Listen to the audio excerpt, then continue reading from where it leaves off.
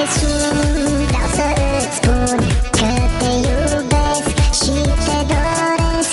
Și vreau ca acum să te văd în drum și să te opresc și să-ți Vrea această sonerie drăguță pe telefonul tău? Trimite cuvântul șoapte prin SMS la 1335 chiar acum. Nu uita, șoapte prin SMS la 1335.